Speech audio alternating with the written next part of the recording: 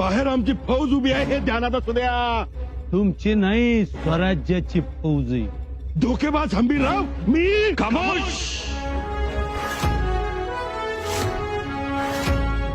जबान सांभाळून बोला पंत. काय बोलता आहात आणि कुणा समोर बोलता आहात याचं भान ठेवा.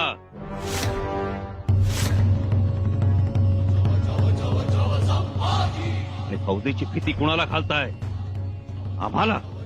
एक गोष्ट लक्षात ठेवा, या शंभू राजाला हरवेल असं रणांगण भूतलावर नाही आणि आबासाहेबांच्या नंतर आम्हाला रडवेल असं दुःख जगाच्या पाठीवर नाही.